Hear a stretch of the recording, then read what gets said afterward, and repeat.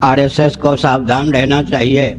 2-4% जो हमारी प्राचीन शास्त्र सम्मत मान्यताएं शेष रह गई हैं, उनको नष्ट करने के लिए आरएसएस का मस्तिष्क उद्यत है। अंतरजातीय विवाह करो। वर्ण संकरता हमारे यहाँ पतन का द्योतक है। अब आरएसएस पानी पी पीकर वर्ण संकरता का प्रचार कर रहा है। इसका अर्थ आरएसएस के मस्तिष्क से अंग्रेज बोल रहे हैं। यही अंग्रेजों की विशेषता है, किसके मुख से वे क्या बोल दें कुछ पता नहीं। इसके लिए अंग्रेजों को कुछ प्रयास करने की आवश्यकता नहीं है।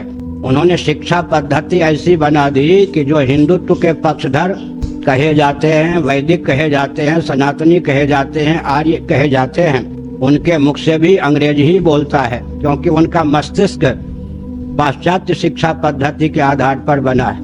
मैंने एक दिन कहा था, जिनके यहाँ छात्र धर्म का विलोप हो गया, वर्ण धर्म का विलोप हो गया, वे अंग्रेज वैकल्पिक छात्र धर्म को दृढ़ता पूर्वक स्थिर रूप दे रहे हैं। तभी तो अमुक वंश का व्यक्ति राज पद प्राप्त कर सकता है, राजा हो सकता है या रानी हो सकती है। इसका मतलब क्या है? वैकल्पिक व्यवस्था को स्थिर रूप देने में अंग्रेज लगे हैं। मुसलमानों के यहाँ भी जम्मा मस्जिद में अरब राष्ट्र की परंपरा का मुसलमान नमाज अदा कर सकता है। मक्का मदीना में भी कुछ उनके नियम हैं। अन्य देशों के मुसलमान एक नंबर के मुसलमान नहीं माने जाते। हमारे यहाँ तो कोई रागत द्वेष मूलक भेद नहीं है।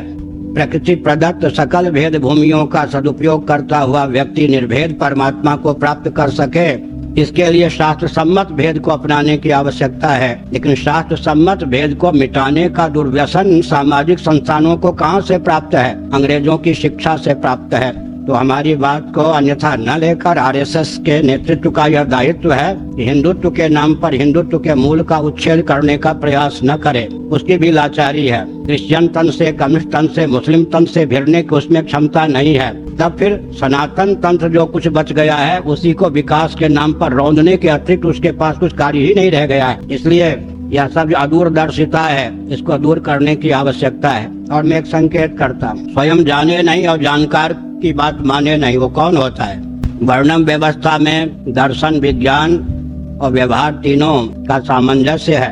अपने आप तो कोई वर्ण व्यवस्था के महत्व को समझ सकता नहीं। दार्शनिक, वैज्ञानिक, व्यावहारिक धरातल पर इन तथ्यों को समझने की आवश्यकता है। इसीलिए भगवत गीता के 12वें अध्याय में भगवान ने संकेत किया, श्रेयो ही ज्ञानम अभ्यासात्, किसी वस्तु की सम्यक जानकारी प्राप्त किए बिना अधकचरी जानकारी, अधूरी जानकारी को क्रियान्वित करने की अपेक्षा सांगोपांग जानकारी प्राप्त करने की आवश्यकता है।